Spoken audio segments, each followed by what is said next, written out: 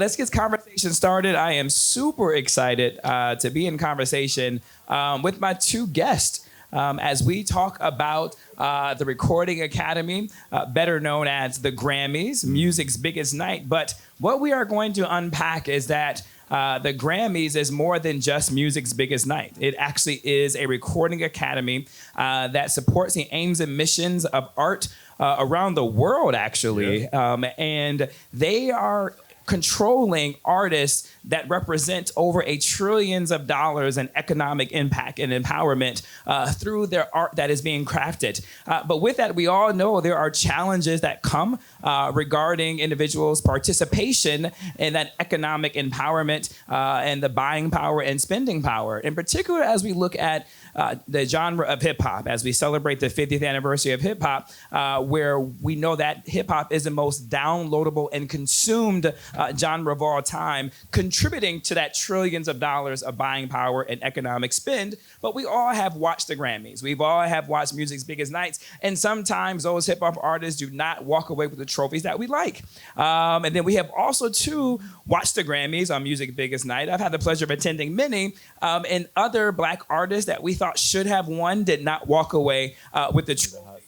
But then also too, we look at some of our artists who have had challenges in the past with difficult record contracts, and they are having a really difficult time in life, but they brought us so much good joy. And then the question becomes, whose responsibility is it, right? Is it the record labels? Is it their management? Or is it the Recording Academy? Well, I'm sure you guys have all asked those questions at some point in time as you listen to music or you watch the Grammys. And so the person who is in the middle in the hot seat to address all these questions and the why is the incredible head of diversity and inclusion and so many other things. But that portfolio is really large that he has. The incredible and the dynamic Ryan Butler. What's happening, Ryan? Hello. Thank you for having me. Thank you for having me. You feeling good? I'm feeling great. I mean, you know, like I said, I am a newbie. I got my island orientation very well when my luggage didn't show up.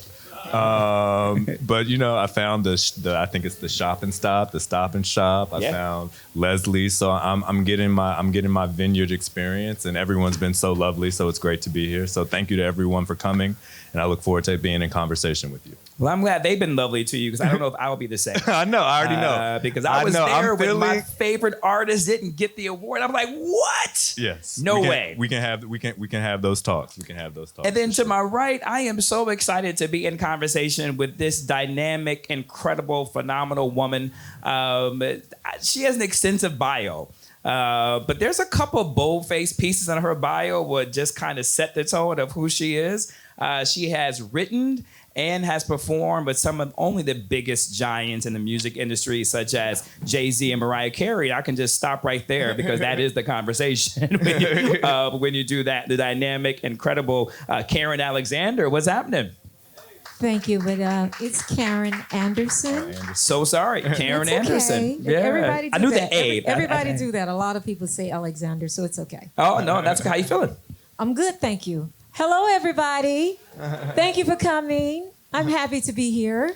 Now, Karen, I'm going to start with you because you are part of like my intro, kind of what I was talking about, like artists not getting some of the trophies that we thought they should have received, not being able to participate in some of the economic engines and sources of the music industry. What are your thoughts on that as an artist, as someone who creates music, as someone who writes music, but at the same time, someone who loves music as well? I was always frustrated, as we all are when we watch the Grammys. Like, how are they not winning? Like, how many times is this played? Who's singing? Who's dancing to this? Everybody, young, old, Black, white, Asian, everybody. So when I got the understanding to know that, it's because the voting. I used to be very frustrated with it. And now I have to pull you in to explain, because I was so fascinated about how it's changed, because I've noticed like people are winning now of genres that should be winning. And can you take it over and explain that from where now we won't be so frustrated anymore? Thanks to this man right here. Go ahead. Thank you very much. So I think that is a lot of the misconception. The Grammys is a peer voted award, so you have to apply for membership to become part of the voting body and be invited by the Academy. It's much like applying to school and being accepted, and then do you accept to be part of this Academy? And so we have about 21,000 voting, 21,000 members. About 12,000 of those members are voting members. So that's really the body of constituents that decides who gets a Grammy. So it's not based on popularity. It's not based on sales. It's not based on radio play. It's really based on creators, and you have to have at least 12 credits and be active over the last 5 years in your specific craft, or in your songwriter, producer, performer, engineer, mixer, whatever your craft is. You have to be active and have 12 credits in that over the last 5 years, and then you can have a professional profile, and then you'll be invited. And it's really those. So where we were having the problem is that we were not rotating and requalifying the voters, right? And so you may have had somebody from the 70s who has not written a song since the 70s, and they were still voting, and they had the ability to vote across all genres. So it could be somebody who, wrote a country song in the 70s, hasn't done anything near black music or music since the 70s, but is voting on artists in R&B and hip hop currently. And so what we did is made sure that, one, you requalify. So now we go, and every 5 years you have to requalify to be a member, and we hadn't done that before. So that was part of our DEI efforts. And then also, instead of being able to vote across all categories, now you pick 3 fields in 10 categories. And so that changes the game, because those who are voting in country, and I don't want to pick, all music is black music, so even black people write country and perform country.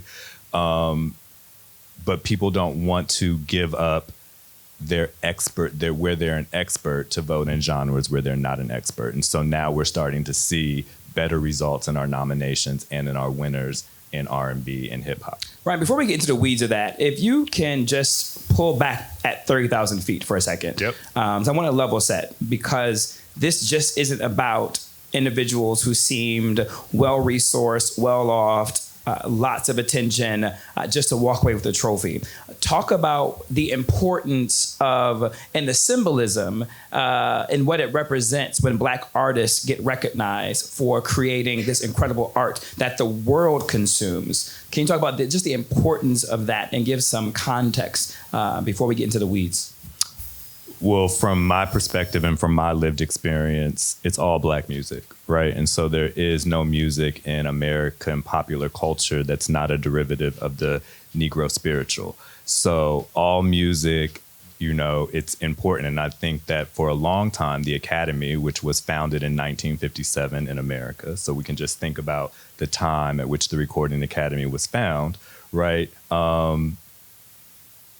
And I'm not speaking to the founders of the Recording Academy. I'm speaking to the environment in America in 1957. And I think that obviously seeps into the systems, into the processes, and into what it is. And so for me, in my position, it's really about restorative justice. It's really about making sure that we celebrate and advocate for creators who we know, to your point in the intro, are the largest, right? They'll have the largest impact in music, and record labels who are making millions and millions, trillions of dollars from these artists. And I think it's time that we recognize them. So part of the Black Music Collective, which we started in October of 2020, is an advisory board that really is made up of creators and professionals to help guide the Grammys and the Recording Academy on where we're getting it wrong and where we're getting it right. And I think that you're really starting to see that in our nominations and on the stage. And Karen asked a really, excuse me, Karen asked a really great question when it comes down to that led you to talk about how the voting process works.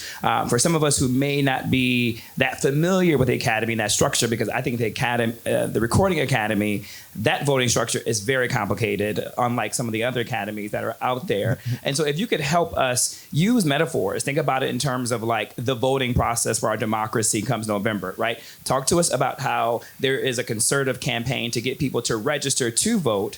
And then there is another concerted campaign to GOTV or get out the vote to actually get us to the polls and then determine then who do we want to vote for. So in that clog of that, I guess that linear process, in your role as head of D&I, what are you doing and what changes are you seeing if you look at it from that three-step process?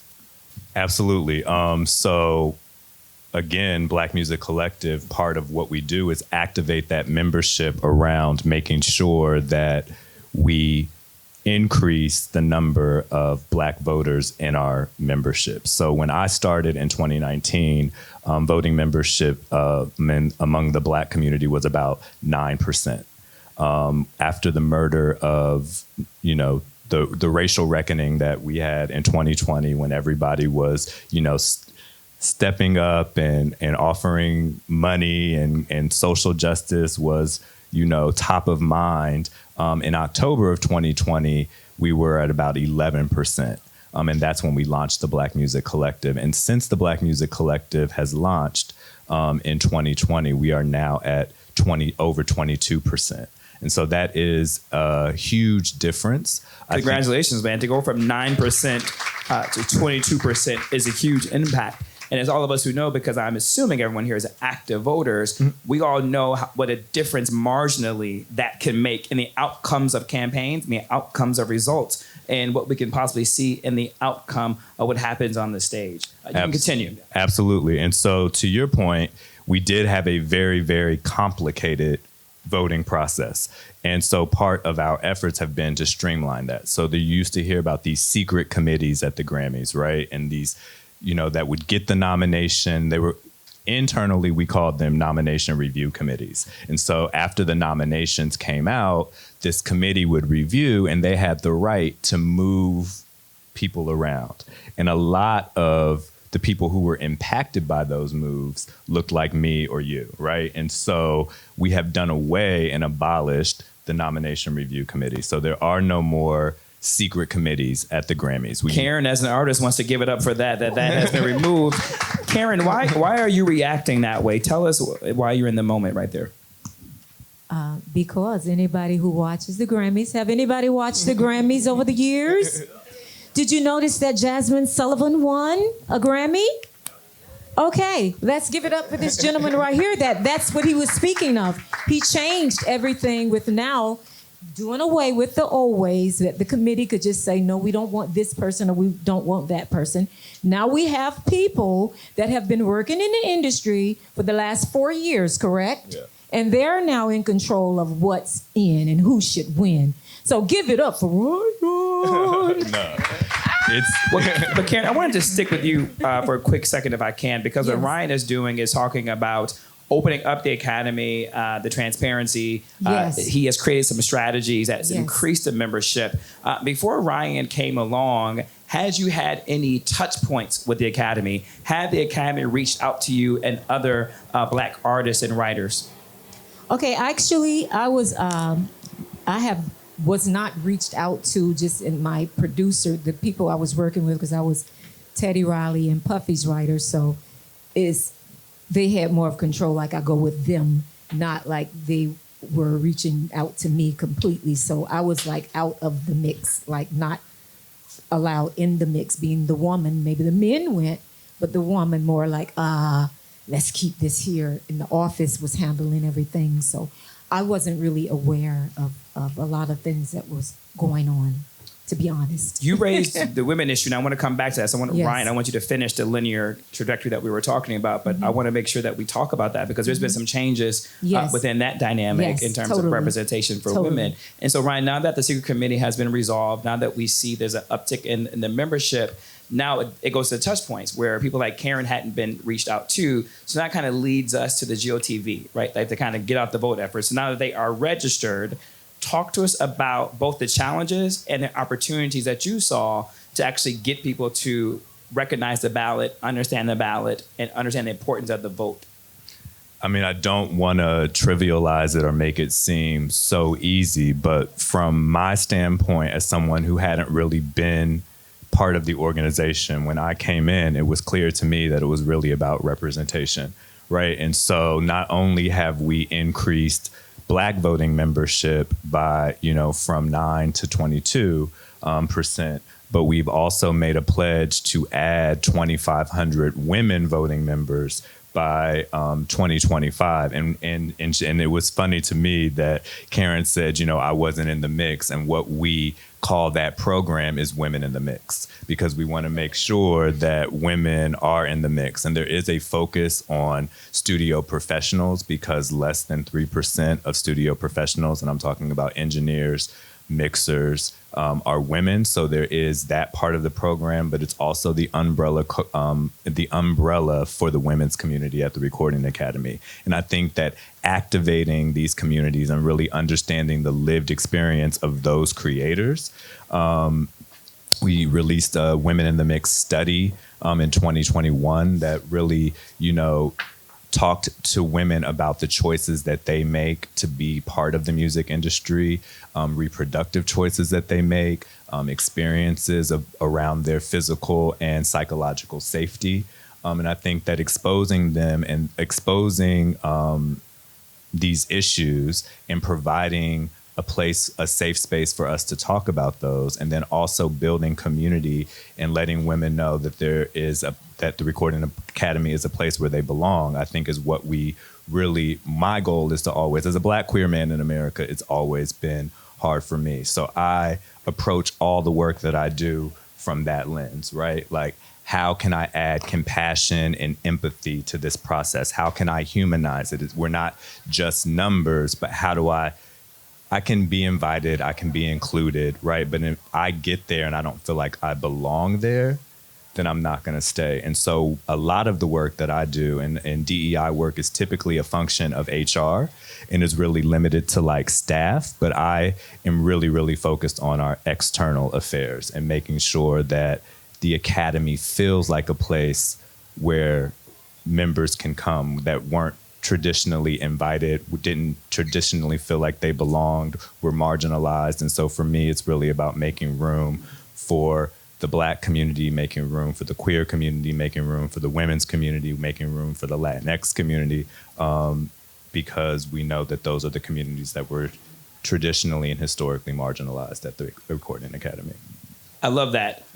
So cheers to all the work that you guys are doing within that space. But if you can help the audience kind of understand, now that you have the members in there, now that you guys have a pledge for 2,500 members by a certain time period, right? Talk to us then about how then do you activate them to be aware of the voting, right? To be aware to vote so that we can. So, I mean, to your point earlier, it's much like the democracy in the U.S., right? We have targeted get out the vote campaigns that we do specifically for women, specifically for the Black community. We also, members are learning that, again, like what I was saying earlier, it's not a popularity contest in the sense of how many records have I sold, how many streams do I have, how many times has it been played on the radio. It really is looking at our 12 chapters that our membership is divided into and then approaching those 12 chapters the same way that you almost approach the Electoral College. So a campaign strategist for someone who's running for president is going to say, well, like, yeah, we could put a lot of effort in that area over there, but we'll get the most return on our investment if we campaign here. So I think that artists are now understanding, and let me back up just a little bit, they just didn't have the information, right? There was nobody that was in the position to lower the barrier and to give them access to that information, and that's my job, right? And I think that before we were the ivory tower, we were in the castle, and we expected people to fight through the forest, to get over the moat, to, battle the knights in the courtyard, climb up the castle, and then be part. And so for me and my philosophy, it's been coming out of the castle and into the community and having these conversations, whether it's a conversation like this or a conversation where it's just one-on-one, and changing that perspective and giving that information. Because once we have the information, how we're able to flip it and put our own spin on it is what everyone was afraid of. Well, Karen, I'm coming to you because that sits in a place where recently the Grammys had, a challenge in not having women producers. One, there's not a lot of women that is currently creating women, so we need more of that. And I want to come to you, Ryan, in a second, and talk about Grammy U and how that is being changed and impacted. But with Karen, now that you hear the stat about 2,500 women being introduced into the Academy, what do you hope categories will be most impacted by that, now that you hear where you can see women start becoming more nominated and also to walk away with the trophy? Which category? All of them. We do everything. Don't you know we're every woman? All the categories. There's no specific. Really, seriously, all the categories. Because pretty much it's the women that takes care of everything at the office, in the studio, and then they'll fight and say, no, you didn't do this, you didn't do that. Yeah, all categories. Mm-hmm.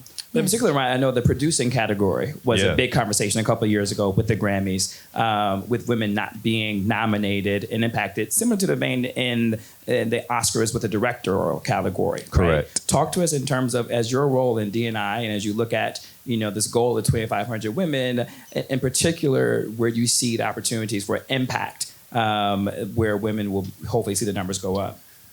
Yeah. So again, now that we have them, to your point, how do we activate them? How do we, it's about retention, right? It's not just about you signing up, but how do you sign up and how do we keep you engaged and keep you to be active? And so we have, again, 12 chapters around the United States in different cities that cover geographical areas. And I work one-on-one with those chapter executive directors to make sure that we have programming that is touching our DEI menu. And so we have prioritized 8 communities.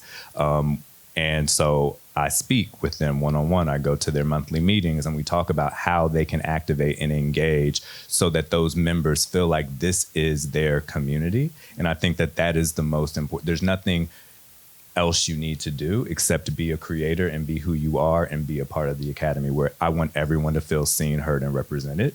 And it is important about what our nominations look like, because what nominations look like impact what the stage looks like. Performers are pulled from nominations. Presenters are pulled from nominations. And so the more diverse those nominees are, the more diverse our stage will be. What happens outside of Grammy night? So what happens the rest of the 364 days of the year that happens where you can feel the impact? Absolutely. So I think that is one of the other biggest misconceptions is, we are known as music's biggest night, but it's really about taking the revenue that we raise, or that, that is the revenue from the night from Grammys, and really reinvesting it in the community. So there's Music Cares, that is really our philanthropy and our charity. There's the Grammy Museum, which really focuses on preservation and education. We have advocacy, and that's where I started in the organization. I was really in Washington, D.C., advocating and lobbying on Capitol Hill for IP protection, for royalty rates, for, all of those things. And so there's a lot of work that's going on the other 364 days. And it's a contest, and we're never going to get the contest right? It's so subjective. I just wanted you to explain more about Music Cares, because it helped me one time when I needed help. And it's a very helpful program for artists that are in need for many things. Yeah, and Music Cares is just that. And you don't have to be a member of the Academy. You just have to be a member of the music community. And so whether that is you need help with medical bills, Music Cares will step in. You need help paying your rent, Music Cares will step in. Health and Human Services around, addiction, creating safe harbor spaces for musicians who may be struggling with those things. And so Music Cares gave $30 million out during the pandemic. But a lot of it wasn't given to our community because our community doesn't know how to access Music Cares. And so this year, Music Cares launched Humans of Hip Hop, which is the first time we have a targeted campaign for the Black community so that we can really make sure that, again, the community that is making the industry the most money is also receiving the benefits of the Recording Academy. Karen, talk to us about, so I love the humans, the caring, what Music Care does, because so many are struggling. We're in this space of 50 years of hip hop, where I've been doing a lot of interviews and conversations, a lot of our pioneers who have just not had that possibility to participate in the economic engine that is hip hop. But Ryan mentioned something about intellectual property. You as a writer, that is your world, your work. How do you hope, and how would you challenge Ryan to help songwriters, producers who may be new to the industry, be protected with their IP, and those who have already had, or veterans in it, who may have had complications with their IP? How would you want the Grammys and the Recording Academy specifically to help and facilitate that? That's a hard question for me. Can you ask me another way? Seriously. As a songwriter, intellectual Yes. property is so important to you. Yes. Ryan talked about intellectual property as his background. Yes. Have you ever had the challenge of having your IP challenge taken away from you, not being credited?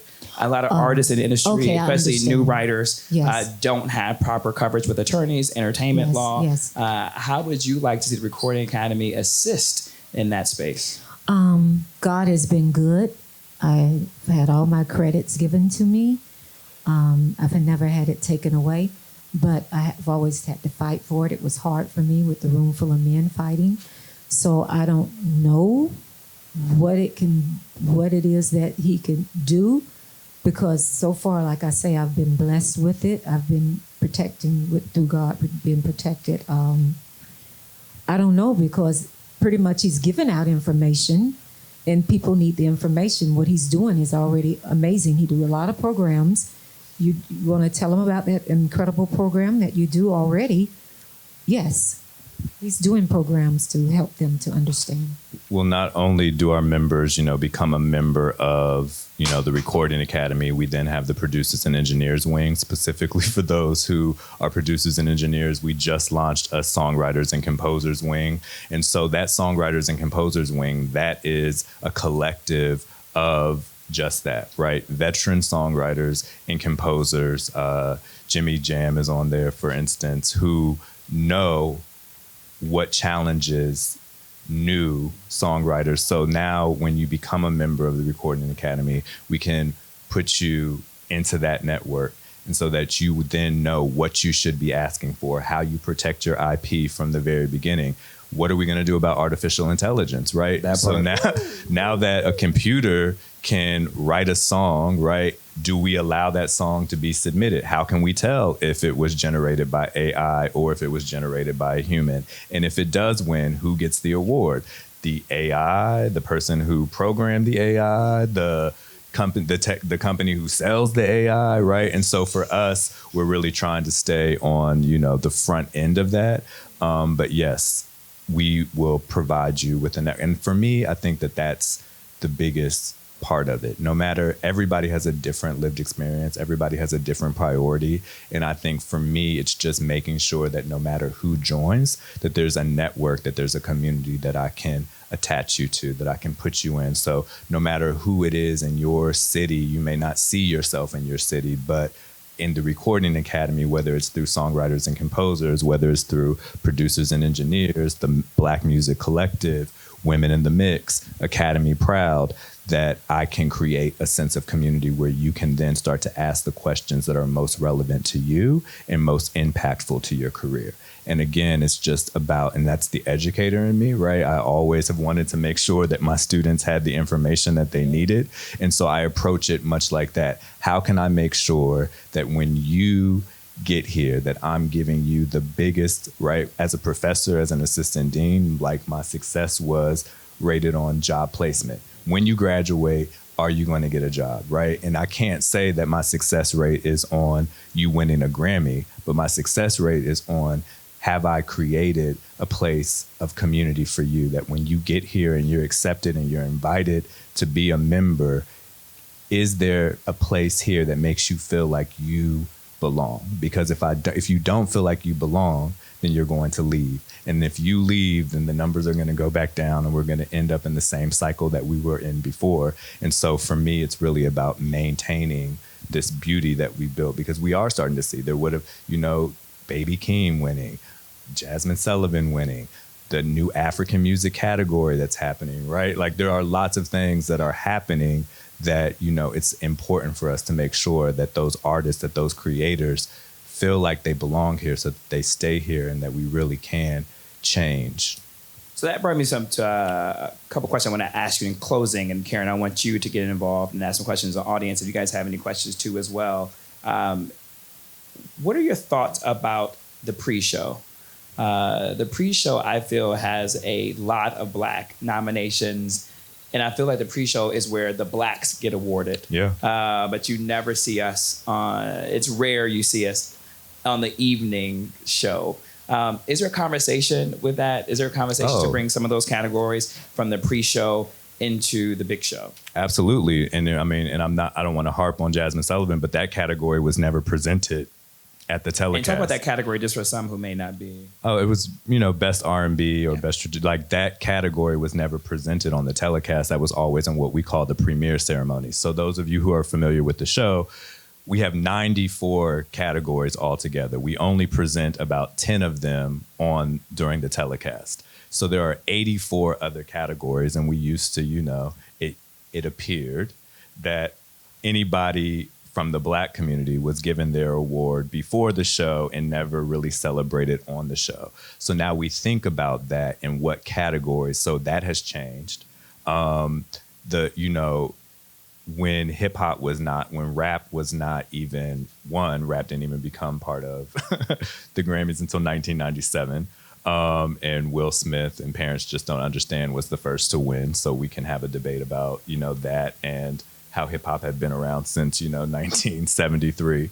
But they protested because the category wasn't given out on television. And this year, we had a 14-minute hip hop segment on television, the longest, over 22 artists, right? The longest segment in Grammy history was dedicated to hip hop, right? And so those very artists that had protested about it not being presented on television and had said that they would never come back to the Grammys were on stage. And so for me, it's those types of moments when Dr. Dre was given an award, and I don't know if people picked that up, but this was the first time we gave out a Black Grammy.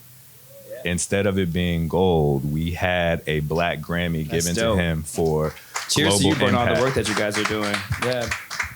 And so that's why I asked that question, Ryan. If I can make it a little bit more conversational. And audience, I want to know why you were clapping. Because for me, that's why I was getting to in my earlier question, that this is bigger than just a trophy. This is our culture being represented on a stage and given the provenance and really the gravitas that it deserves and that it needs to be. For so often, culture, consumer goods, corporations monetize our music without giving it the proper provenance that it deserves in the space. And so that is why, for me, this conversation is so important, that it's beyond just the trophies, which is so interesting. The crowd reacted and clapped when they saw that hip hop segment was on the stage, right? Yeah. I know when I was inside the arena, it made me feel very proud and slightly emotional. I'm wondering, how did it make you guys feel in the audience when you saw that moment on television, seeing hip hop being represented? Anyone? Yeah. Long overdue? Yeah, absolutely. How did it make you feel when you saw it? I felt like some new changes were coming down the pipe. Mm-hmm. I felt like this is a good thing. This is a good change. What's your name, bro? Joe Ham, Where you from, Joe? New York. Nice. And then right here, you clapped in the blue with the fan. Yeah. Why did you clap? Because that was unprompted. I think it was more, finally allowing Black people to get the respect for the craft, right? Like to be on the main stage and get that respect. And for me, growing up in New York City, it was like everyone who I have adored in hip hop was on the stage, right? And so we had that moment for the world to see. So oftentimes, a lot of times, it's about the visibility and the respect that we deserve. And for me, it was important because it wasn't a corporate moment where white people were telling us how to be Black, right? And I often experience that, especially in my space, where I am told very often by my white counterparts how to be Black. And so I always scratch my head, right?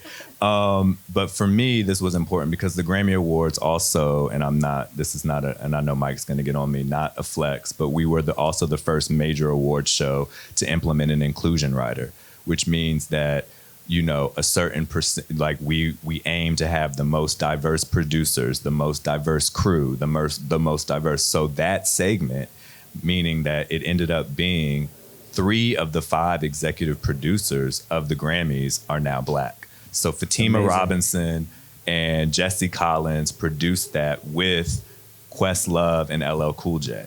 And so it was really our community and our culture celebrating hip hop.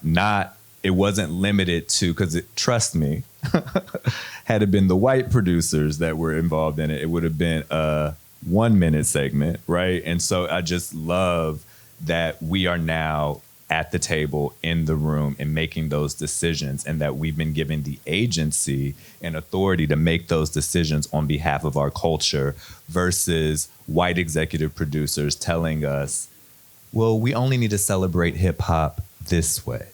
It only needs to be this long. And I think that that's the biggest difference. And so, I always get caught up because DEI is not a lot of big wins. It's not like you don't really have a lot of big wins. It's about the cumulative work. And so I have a battle over here, a battle over here, a battle over here. And I've been trying to illustrate some of them, and it's really hard because they're all over, but it's really the culmination of all of those moments coming together and all of that work coming together, the inclusion rider being implemented, us having, more women. So Fatima was then involved, right? Us having more Black people. So then, we had 3 of the 5 producers. And so when all of that magic comes together, then an example of the longest segment in Grammy history being dedicated to hip hop and us giving Dr. Dre a Black Grammy, like we can only continue from here.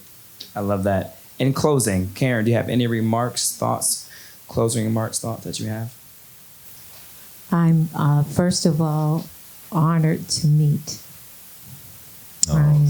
No, because everything that is going on and the change, because it's been needed for so long, and the change is real. There's a lot more change that needs to be done. But like he's saying, bringing more women to the table, to be a part of the conversation, to be a part of things, and not to just be cut out. Like a lot has happened with me during the time that I was being a woman in the production part and the behind the scenes as a writer, as an artist. So the changes that you are making, it gives me chills. I'm so honored and so proud of you. And please continue the work for the new generation, because now there is so much opportunity for us to take control of ownership of everything, and you're teaching. So that is an honor to be in your presence. And please continue all the wonderful work that you're doing. Really, seriously, I got chills when I start to understand everything that he's doing, because it was so complicated for me. And that's my closing. Wow. For the future, for the children who don't understand, who's stolen from. God protected me that I didn't own my rights. But for everything that you're doing, God bless you and protect you and keep you moving forward with the new generation. Ryan, as we close, final statements, because Karen is the artist community that you are fighting for every single day. Give us some closing remarks on that one. I mean, that's what I wake up to do every day, is to fight for, protect, and advocate on behalf of creators, because I can't imagine a world without music. I mean, and I can understand, right? I think it's a real divine experience for you to open up as a vessel and allow the music to come through you and out of you. And so I think, you know, I can even, and I don't want to, you know, it's Saturday, it's not Sunday yet, but I know there is. But I can understand why the church was so protective of music, right? And so for me, it is, I believe, a mission and part of my purpose to make sure that I am protecting creators so that we can continue to have, you know, music is attached to almost all moments of our lives. The happiest moments in our lives, we can connect to a song. The saddest moments in our lives, we can connect to a song. And so for me, that is so very important. And it's why I wake up. And again, I say, you know, there weren't a lot of openly queer Black men that I could look up to. I mean, I had amazing examples, you know, in James Baldwin and Bayard Rustin, right, that I can, you know, read about. But I always say that, like, this is really about me getting my James Baldwin on. And if I can be the James Baldwin for the music industry, even a portion of James Baldwin, but for the music industry, then I feel like I've done a great job. And you have done a good job on behalf of us Black people in the culture. So please give it up for Ryan and for Karen. Thank you guys for your advocacy. Thank you for the beautiful work that you have created, Karen. You have been a gift to our culture. So everybody enjoy the rest of the festival, and I'll see you around the island. All right, have a good night.